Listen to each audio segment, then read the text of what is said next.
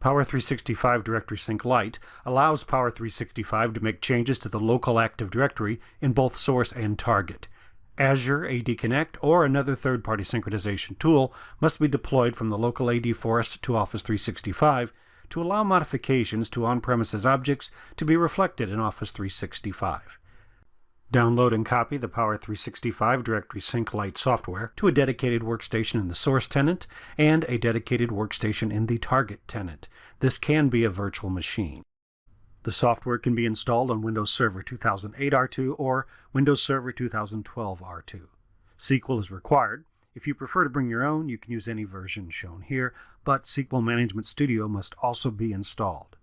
The default installation choice will install SQL for you. Outbound port 443 must be open to the destination shown.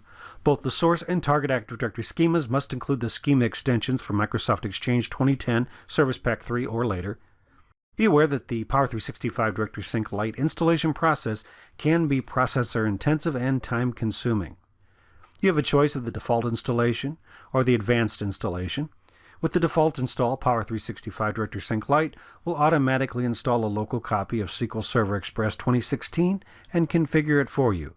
Choose Advanced Installation if you have an existing SQL Server that you'd prefer to use.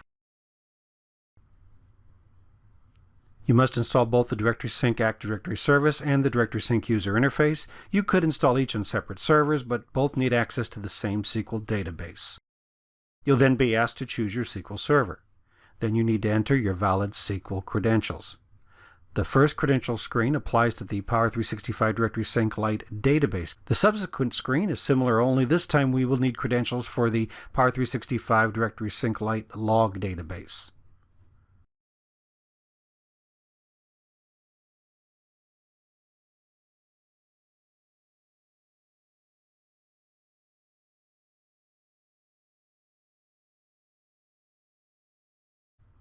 And now installation is complete. Details on configuring Directory Sync Lite can be found in the online help system and the matching video.